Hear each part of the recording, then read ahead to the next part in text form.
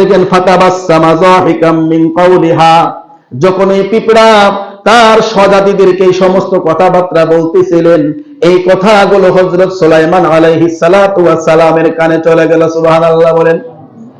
এই কথাগুলো যখন সুলাইমান আলাইহিস সালাম যখন শুনতে পারলেন যে পিপীলিকা এরকম কথা বলতেছে, আল্লাহর নবী সুলাইমান মুস্কি হেসে দিয়ে বললেন ফাতাবাসসামা, তখন তিনি মুস্কি হেসে দিলেন, যাহিকান মানে হেসে দিলেন, মিন কাউলিহা পিপীলিকার কথা শুনে।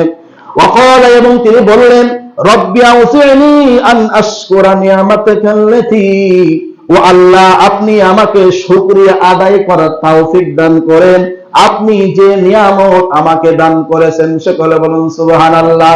কারণ পিপীলিকার কথা শোনা এটা নিয়ামত না বলেন তো আমরা শুনতে পাই? আমরা কিন্তু শুনতে পাই না, কিন্তু সুলাইমান আলাইহিস সালাম শুনতে পেয়েছেন। এটা আল্লাহ তাআলার একটা বড় নিয়ামত। এই জন্য সুলাইমান এই নিয়ামতের শুকরিয়া আদায় করেছেন। সকলে বলুন সুবহানাল্লাহ। ওয়ালা ওয়ালিদাইয়া ওয়া আন আমালা সালিহান, এবং দ্বিতীয় দোয়া সুলাইমান আলাইহিস সালাম বলছেন ওয়া আন আমালা সালিহান, ও আল্লাহ আপনি আমাকে এমন ভালো কাজ করার তৌফিক দান করেন, তারজাহু যে ভালো কাজ করলে আপনি খুশি হয়ে যাবেন। সকলে বলুন সুবহানাল্লাহ। এই জন্য আমাদের সকলের উচিত আল্লাহর কাছে সব সময় প্রার্থনা করা, দোয়া করা, আল্লাহ আমার দ্বারা এমন কাজ তুমি করাও যে কাজ করলে আপনি খুশি হবেন, এমন সব ভালো কাজ আমাদের দ্বারা করান। এবং প্রত্যেকটা আমল, প্রত্যেকটা ইবাদত করার পরে এরপরে আল্লাহর কাছে দোয়া করতে হবে, আল্লাহ আপনি এই আমলকে আপনি কবুল করেন, কবুলিয়াতের দোয়া করতে হবে। এটা সুন্নাত। কারণ আমল করলেই কিন্তু আল্লাহর দরবারে কবুল হয় না, বলুন ঠিক কিনা? এই জন্য হযরত ইব্রাহিম আলাইহিস সালাম এবং হযরত ইসমাঈল আলাইহিস সালাম যখন কাবা ঘর নির্মাণ করেছিলেন, নির্মাণ করার সময় প্রথমেই আল্লাহর কাছে দোয়া করেছিলেন রব্বানা তাকাব্বাল মিন্না ইন্নাকা আনতাস সামিউল আলিম।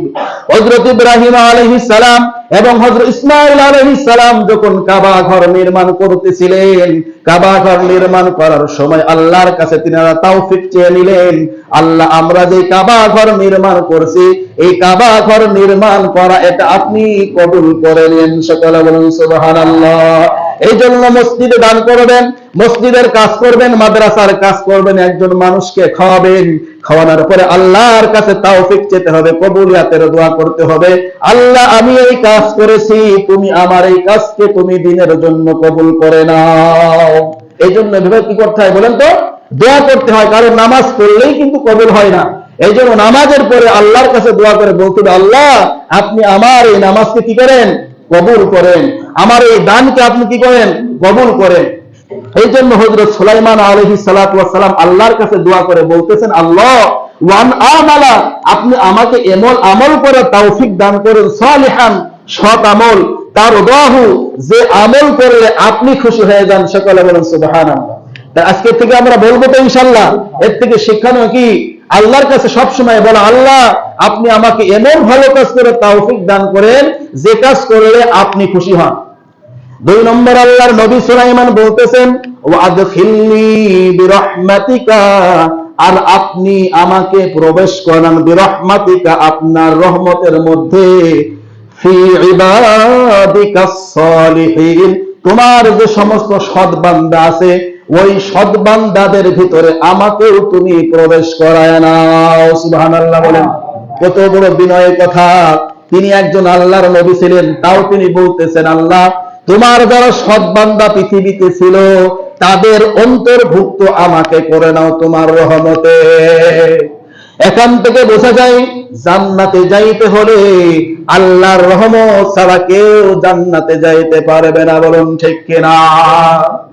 যত আমলে আমরা করি না কেন, যত আমলে আমরা করি না কেন, আমলের কারণে পৃথিবীর কোন মানুষ জান্নাতে যাইতে পারবে না আল্লাহর রহমত ছাড়া। আল্লাহর নবী একদিন এই সমস্ত কথাবার্তা বলতেছেন, এক সাহাবী বলে উঠলেন, ইয়া রাসূলুল্লাহ, ইয়া হাবিবাল্লাহ, আপনি কি আপনার আমলের মাধ্যমেও জান্নাতে যাইতে পারবেন না? আল্লাহর নবী রাখবে বলছেন, ও সাহাবী শোনো, আমি মুহাম্মদ পর্যন্ত আমার আমল দ্বারা আমি জান্নাতে যাইতে পারবো না, আল্লাহ যদি আমার উপর রহমত নাযিল না করে। সুতরাং আমি মুহাম্মাদের উপর আল্লাহ তাআলা রহমত বর্ষণ করবেন। সকলে বলুন সুবহানাল্লাহ। এই জন্য একজন নবী যদি বলতে পারে, সুলাইমান আলাইহিস সালাম বলেন, আল্লাহ তোমার রহমতে আমাকে জান্নাতের ভিতর প্রবেশ করাও, তোমার রহমতে একজন ভালো মানুষদের অন্তর্ভুক্ত করো। এই জন্য আমরা আমল করে কিন্তু বড়াই করা যাবে না, বলুন ঠিক কিনা?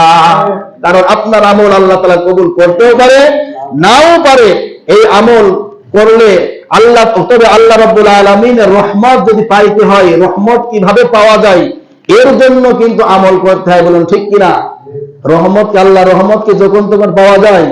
আমল না করলে কি রহমত পাওয়া যাবে? বলেন তো, পাওয়া যাবে না।